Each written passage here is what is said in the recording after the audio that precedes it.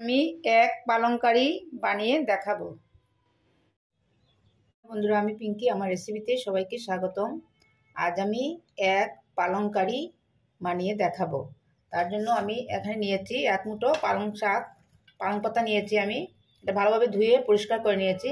এবারে এটা 2-3 minute boil করে নেব। একটা প্যানের মধ্যে অল্প জল দিয়েছি। এবারে জলের মধ্যে এই পালং পাতাটা দিয়ে দেব। বেশিক্ষণ বয়েল করতে হবে না, 2-3 মিনিট করলেই হবে।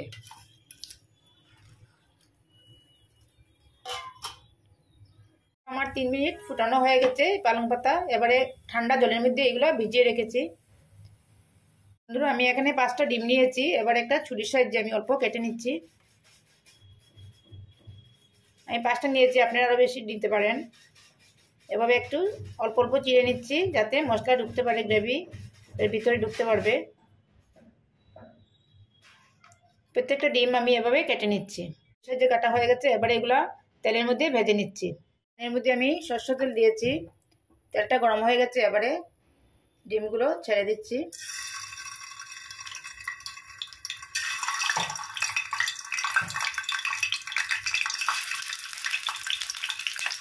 দেওয়া হয়ে গেছে প্যানের মধ্যে। এবারে অল্প নুন দিয়ে দিচ্ছি,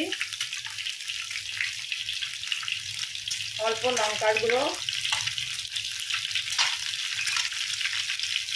অল্প হলুদ গুঁড়ো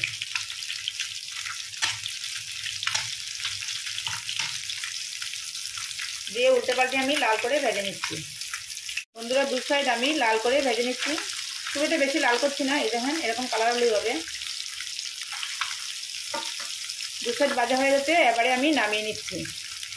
এবারে আমি মিক্সিং জারের মধ্যে এই পালং পাতাটা জল থেকে উঠিয়ে নিয়েছি। এবারে ঠান্ডা হয়ে গেছে। এবারে আমি এখানে 4টা কাঁচা লঙ্কা দিয়ে দিচ্ছি। ঝালটা আপনাদের পছন্দ অনুযায়ী দেবেন। আমি এখানে 4টা কাঁচা লঙ্কা দিয়ে একটা মিহি পেস্ট করে নিচ্ছি। এবারে এই ডিম ভাজার তেলের মধ্যে আমি ফোড়ন দিয়ে দেবো কয়েকটি। প্রথম দিয়ে দিলাম গোটা জিরে,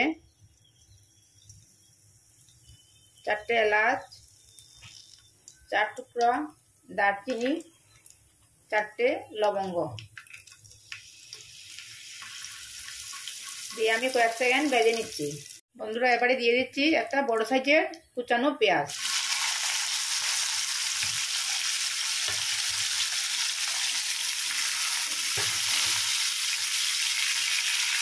দিয়ে আমি ভালোভাবে ভেজে নিচ্ছি।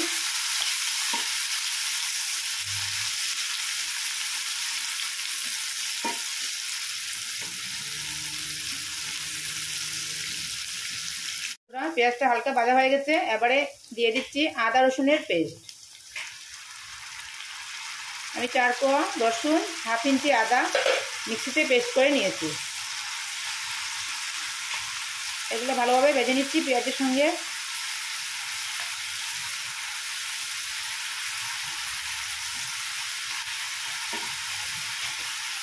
আমি এখানে কাঁচা লঙ্কা পেস্ট দিচ্ছি না, যেহেতু পালং পাতার মধ্যে কাঁচা লঙ্কা আছে। আপনারা ইচ্ছা করলে দিতে পারেন।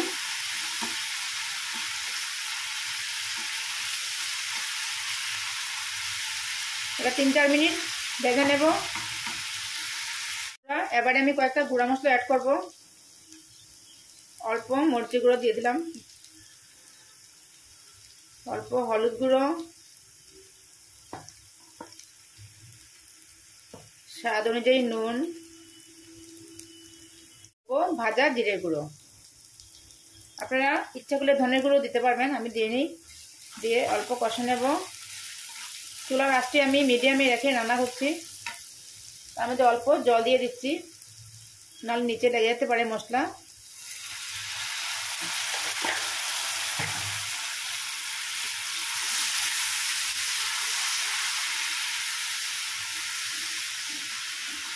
বন্ধুরা, এবারে দিয়ে দেবো অল্প চিনি।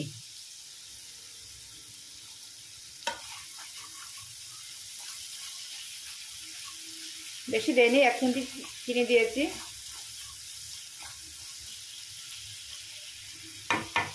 এবারে দিয়ে দেবো এই পেস্ট করা পালং পাতা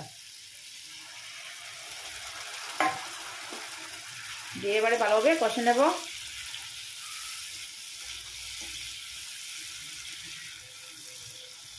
শীতের সিজনে তো অনেক পালং শাক বেরোয় বাজারে, ফ্রেশ পাওয়া যায়।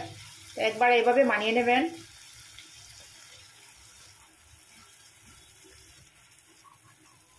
এবারে 4-5 মিনিট ভালোভাবে কষে নেব। বন্ধুরা আমার 5 মিনিট কষে নিয়েছি ভালোভাবে। দেখেন মশলা থেকে তেল বেরিয়ে এসছে। এবারে আমি এই ভাজা ডিমগুলো দিয়ে দিচ্ছি।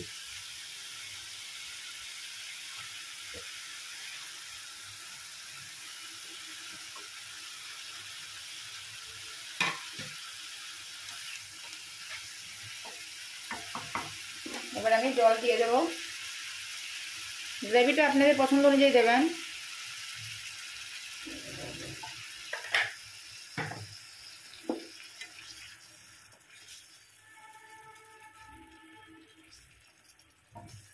দিয়ে আমি 2 মিনিট ফুটিয়ে নেব।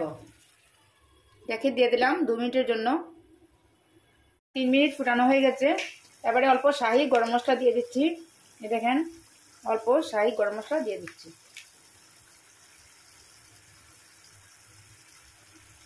দিয়ে আমি গ্যাসটা অফ করে দেব।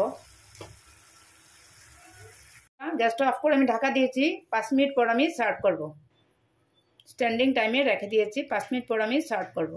আমি একটা প্লেটের মধ্যে সার্ভ করেছি। আপনারা ভাত, রুটি, নান যে কোনো সঙ্গে সার্ভ করতে পারবেন।